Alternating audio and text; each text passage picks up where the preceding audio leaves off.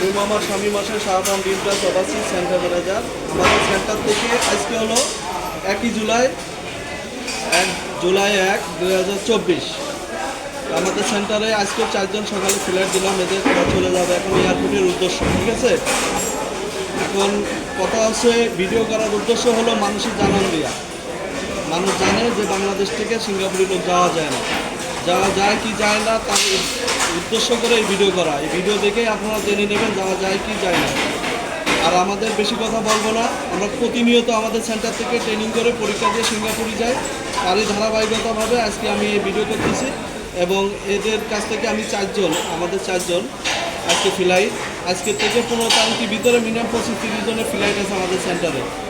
কথা হচ্ছে 4 জন দিয়ে শুরু করতেছি জুলাই মাসে ফার্স্ট, আজকে 1 তারিখ, এবং এদের কাছ থেকে আমি কিছু কথা জানবো এবং আপনারা যারা ভিডিও দেখতেছেন তাদের উদ্দেশ্যে আমাদের কিছু কথা। এদের জন্য একটু দোয়া করবেন, যেহেতু প্রথম যাচ্ছে অনেক টাকা খরচ করে আর এরা অনেক নার্ভাস মেরে গেছে। যাওয়া যাবে।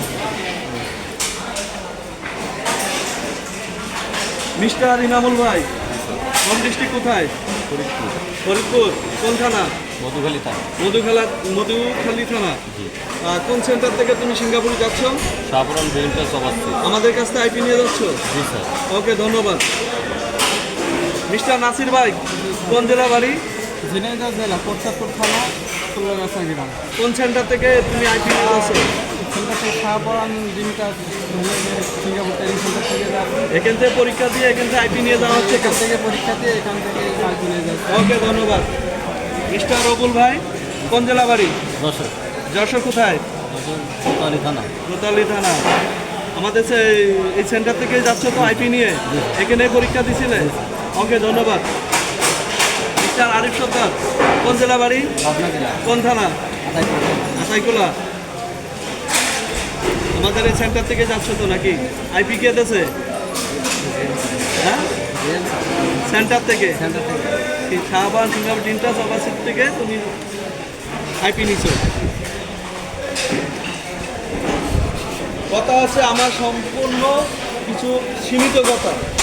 এখন কিন্তু সিঙ্গাপুরে দেয় যে সেফটি পরীক্ষাটা দিবা, এটা কিন্তু আগের নিয়মটা নাই। এটাও কিন্তু ক্যাপের মাধ্যমে পরীক্ষাটা হবে।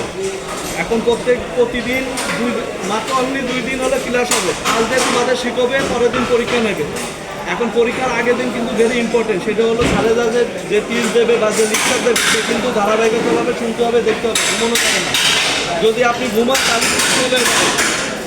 কথা বোঝা গেছে? আপনি কি ঘুমোবেন?